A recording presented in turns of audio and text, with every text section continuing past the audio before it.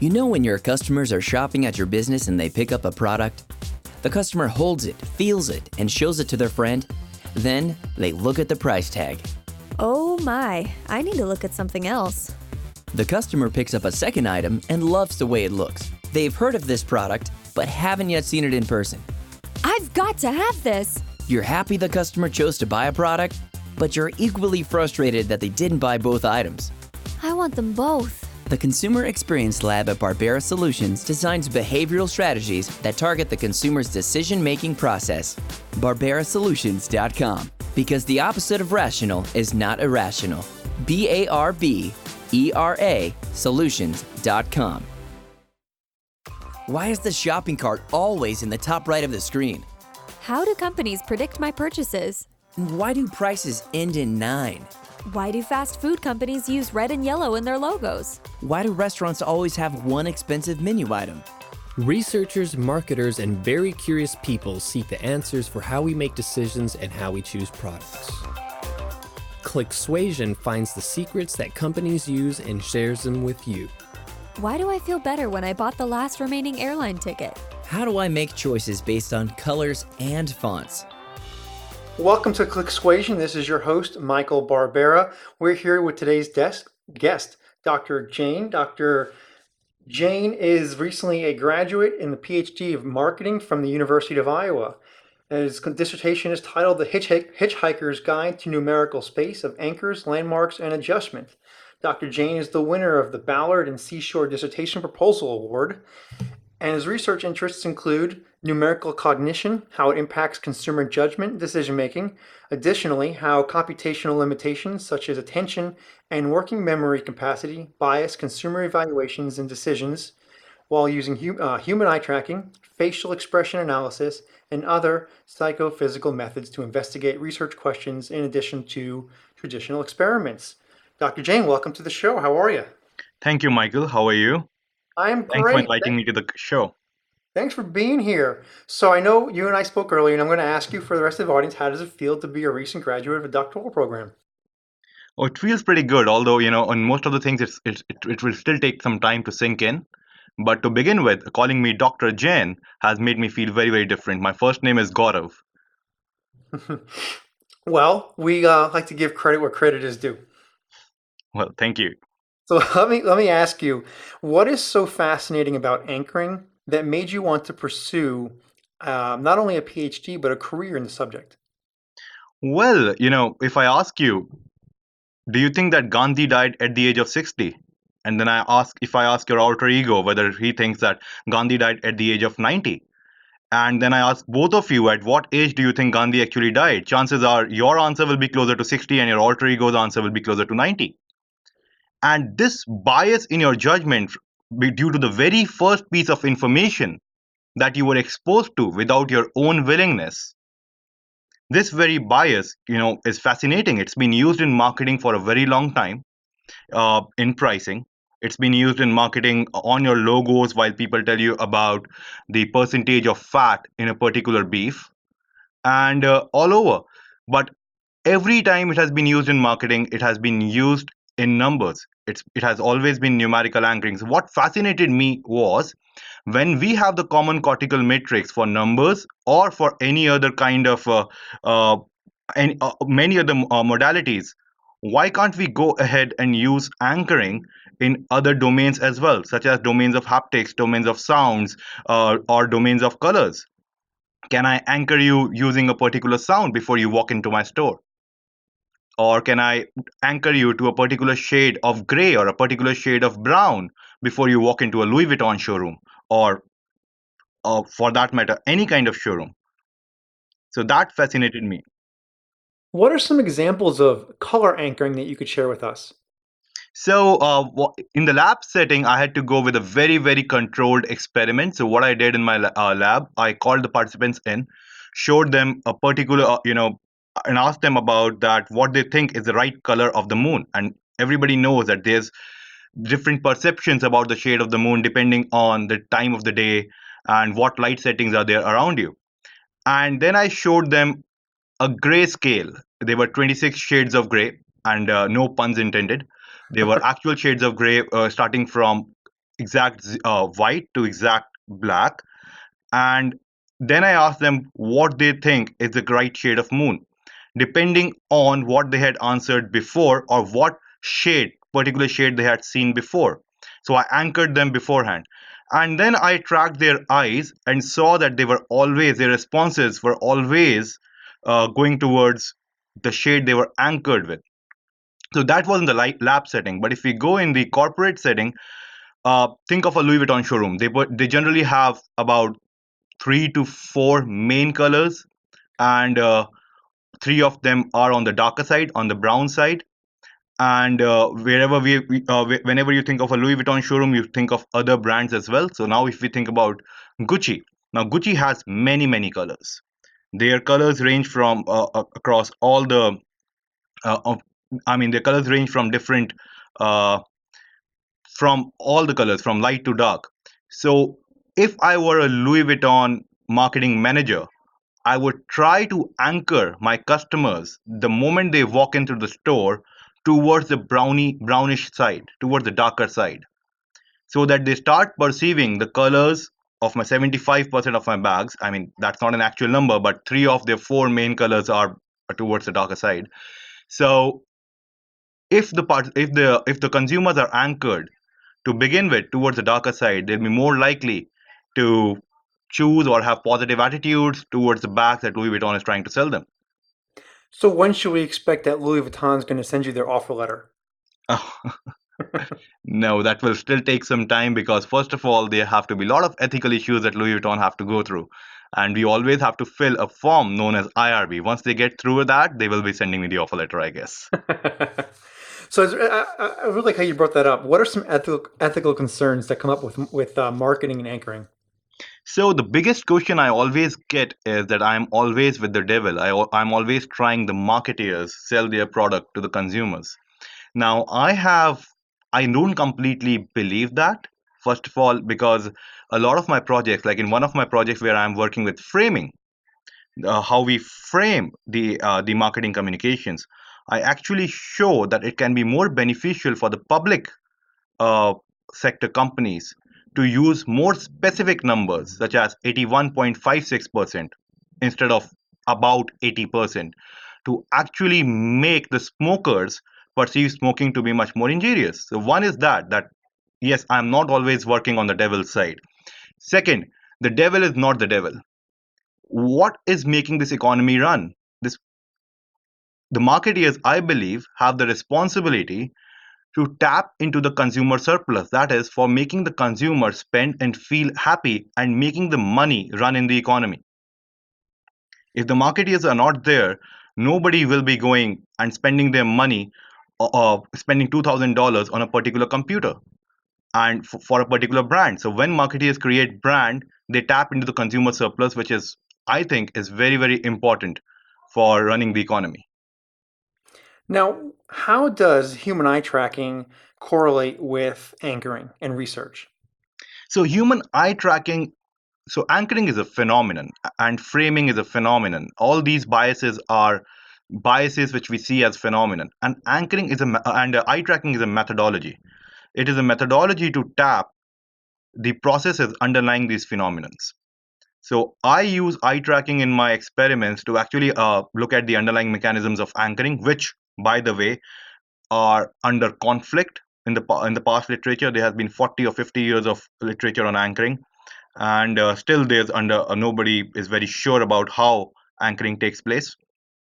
So I would answer that question by saying that eye tracking is actually a methodology that can be used for many purposes. I use eye tracking to look at the underlying mechanisms of anchoring. So a lot of our listeners are practitioners and a lot are also researchers. For Hmm. the practitioners who are listening, we might be talking some foreign language to them. So what are some findings or uses of human eye tracking for research that can't be attained from traditional research methods? Okay, so to begin with, first of all, in anchoring, there are two schools of thought that which are very prominent. in the literature. First is the thought of insufficient adjustment, which was initially proposed by Tversky and Kahneman themselves, and Kahneman is a Nobel Prize winner and a father of behavioral economics, both Tversky and Kahneman in that regard. So they said that when we are exposed to the anchor, we actually move towards our response in, they didn't say steps, but they said that we move. And that movement is effortful. And once we get tired cognitively, we actually stop moving. And that's why we are biased towards the anchor. On the other hand, the proponents of selective accessibility have proposed that, they don't recognize any kind of movement. They say that their mechanism is more about positive hypothesis testing. To make it very, very simple to our listeners, I would say that once people are exposed to the anchor, for example, I asked you in the beginning, do you think that Gandhi died at the age of 90? What you will do, you will engage in positive hypothesis testing. That is, you will bring to mind all the information unconsciously, you will bring to mind all the information that is consistent with Gandhi being aged 90 when he died. And then you will construct an answer. You will not move, you will construct an answer. And that answer will be constructed based on the information that is already there in your mind. And that is already biased by the anchor. So these two mechanisms are very different. There are a lot of conflict, and my dissertation tries to distinguish between these two mechanisms and to point out the nuances about these two proposed mechanisms and what can be the exact mechanism. So theoretically, that is very, very, very useful. Practically, the importance is once we tap into the mechanisms of any kind of phenomenon, we come across a different kind of phenomenon itself. Once we tear out a layer of why, we are exposed to a new layer of what. For instance, in this case, when I started looking at the underlying mechanisms of anchoring, I figured out that people actually move from their response, and they move in steps. Now they don't stop at all the points in that continuum. They stop at particular points in the continuum, and those points are just like landmarks. And the exact same thing I propose happens on numerical anchoring as well. So when I give you an anchor when I give you an anchor of 90 for Gandhi's age when he died, which actually is a wrong answer, okay, it's just an anchor. So if I give you 90 as the anchor, you will actually move towards the answer. But while moving, you will land on particular numbers. And what I call them as numerical landmarks, which is the second essay of my dissertation. So the practical implications of numerical landmarks is plenty, and I would like to talk about that in this podcast. And so I think that's from there we'll have more and more practical implications due to eye tracking. Your dissertation is titled The Hitchhiker's Guide to Numerical Space of Anchors, Landmarks, and Adjustments. It's recently been defended, obviously. We all know that already. Congratulations. Tell us a little more about your hypotheses, your RQ, what the findings were and how practitioners can use that. So, like in essay 1, I hypothesize that that anchoring will take place in non-numerical domains as well, and people will actually make steps towards the final answer after being biased by the anchor. And the big thing comes over here that I propose that we have numerical landmarks on the mental representation of the number line in our brain. So all of us have it has been shown in the past research that we have a mental representation of the number line in our mind. Okay, what I find over here is that number line has numerical landmarks, and that's the term that I have given myself to these particular numbers. So what are these numerical landmarks? These numerical landmarks are just like physical landmarks. Now, what are physical landmarks? I am currently sitting in Albany, New York, and when I first came to Albany, my mind was making a mental map of Albany while driving, and there were certain points around me in the physical space which stood out from other points. And in the mental representation of this map, I coded the properties of that particular space. It can be an old church or it can be a big building. So, and then I code the details of this particular physical landmark in my mind, and that's how physical space works. What I show in my dissertation is that we do the same with numerical landmarks. There are certain numbers which stand out in our mind. Now, that can be because of the properties of the numerical space itself. Think about numbers like 30, 40, 50, 60. They are the ending of the last decade. They stand out from the last decade. Think of a number of 100. It is different from the past 99 numbers. So yes, rounded numbers do act like numerical landmarks, but that's not it. It can be my birthday, my birth month, the last two digits of my social security. Those can be numerical landmarks. So what am I doing in my dissertation? Am I just renaming the rounded numbers and some significant numbers as numerical landmarks? Well, no. What I'm showing is, and here's where it gets interesting, that these numerical landmarks share properties with physical landmarks. Now, physical landmarks have certain properties that have been shown in the past literature, which are that they are stored in our memory in way more detail.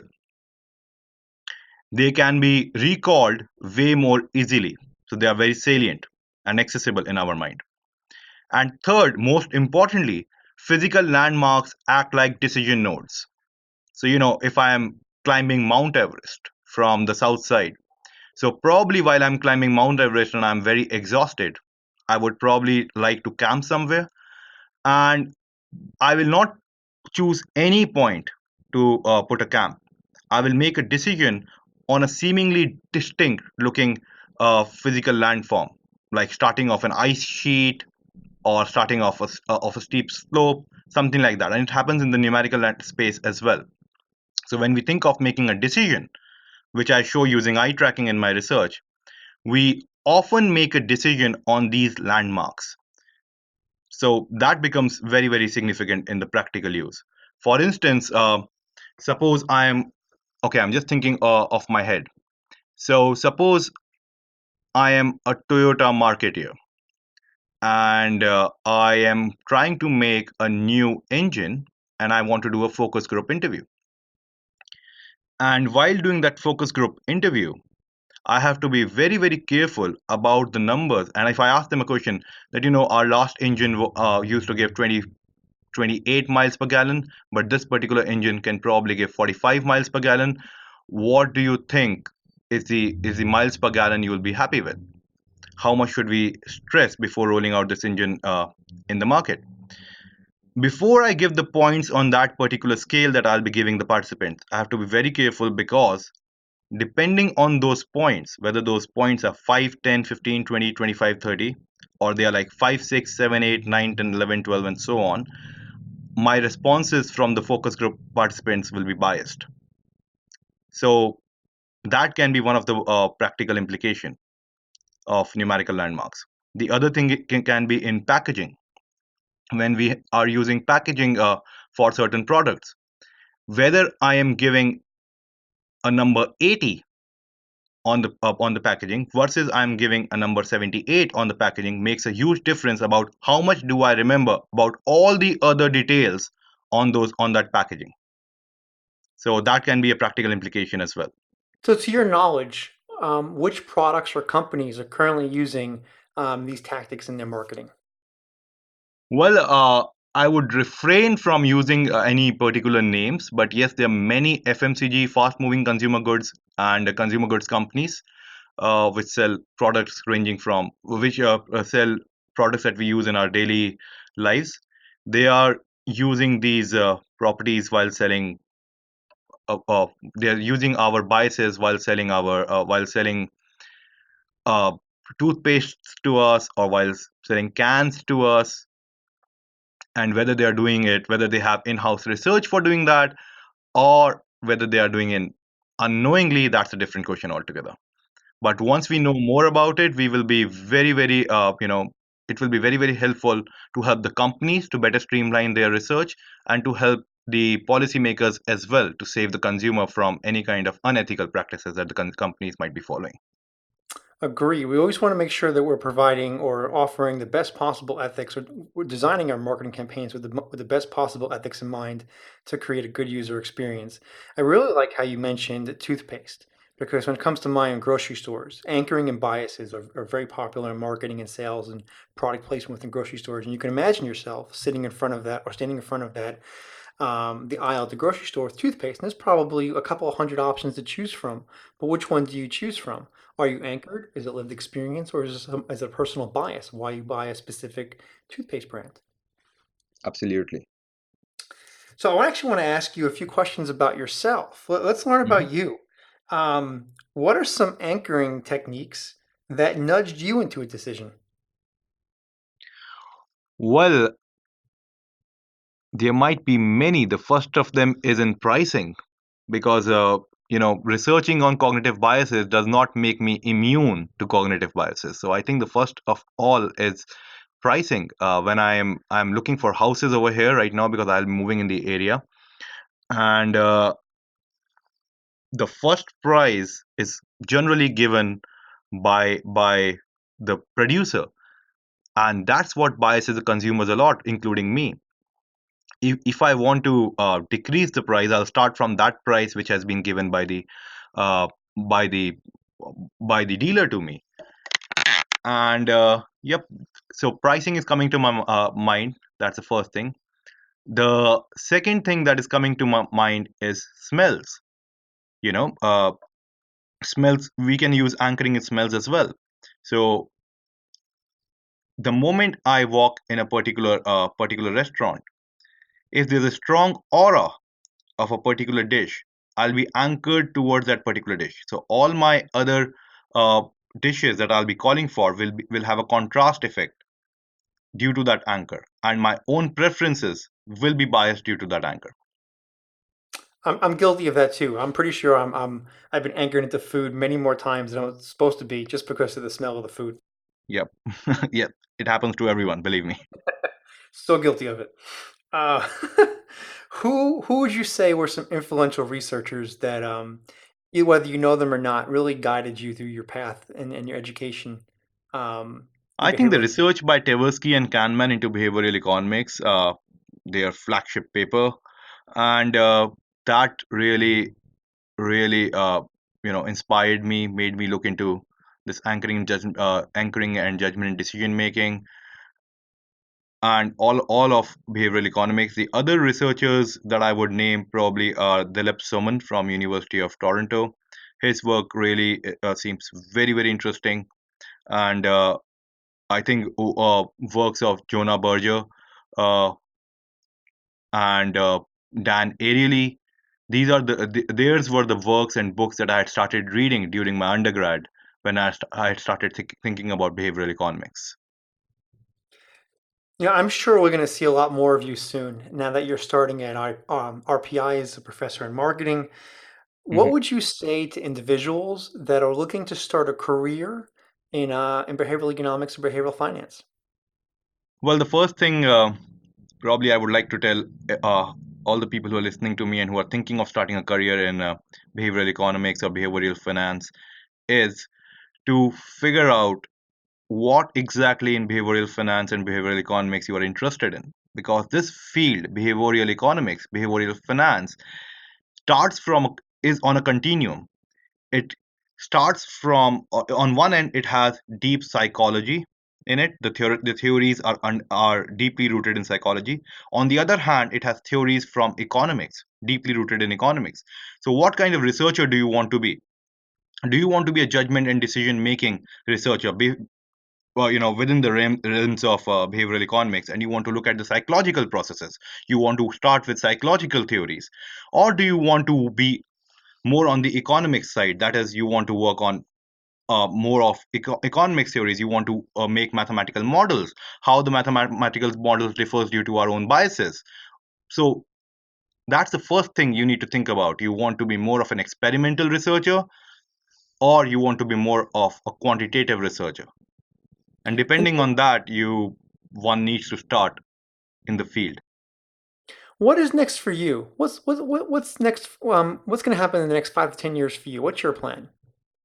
So my I will be looking at sensory anchoring. That is how anchoring can impact humans uh, in non-numerical domains, and I will be looking at other biases as well, like framing, how using 81 point and how 81.26% lean beef is actually considered to be more fatty than 80% lean beef. So that's the project I'm working on. I'll be looking at these kind of biases for the next 5 years I see. After that, I'll be working with grad students at RPI, and I'll be setting up my own lab where that's a long-term plan, where I'll be helping companies, as small companies, not big companies, small companies, to use behavioral economics and the cognitive biases in their marketing practices in a Outstanding. I in hope an to get a tour ethical of this way. lab. So I'm sure that a lot of our listeners would love to get in contact with you and talk more about behavioral marketing, consumer behavior, research, etc. How could our listeners get in contact with you? Oh, I'll be very happy to be in touch with our listeners, and I think the best way to reach me is my email, which is Gaurav-Jain at uiowa.edu. It gets directed to my new email, and I'll spell it for you if you want. It's GAURAV dash Jain, JAIN, at uiowa.edu. Well, thanks so much. I think I'll email you too. Oh, great. It's been an You're absolute always welcome, pleasure Michael. having you as a guest. Very insightful. Congratulations again on completing your dissertation. A very proud feat you should be very proud of. Thank you. Thanks a lot. For our listeners, go ahead and subscribe to the podcast wherever you get your podcasts from, and we will let you know when the next episode is available. Till then, this is Michael Barbera. Have a good day. Thanks for listening to ClickSuasion. Subscribe to the podcast, read our research, and get in touch with us at clicksuasion.com. You can also find us on Twitter with the handle @ClickSuasion. Are you tired of being confused and frustrated by your business books? Do you want to do your own business bookkeeping but don't know where to begin? I can help. My name is Crystal Wambeck and I am a certified bookkeeper. I'm the creator of the Simple Bookkeeping Program. This online, work at your own pace video course will take you from confused to confident when it comes to your business books. Log into accountingbycrystal.com and sign up today.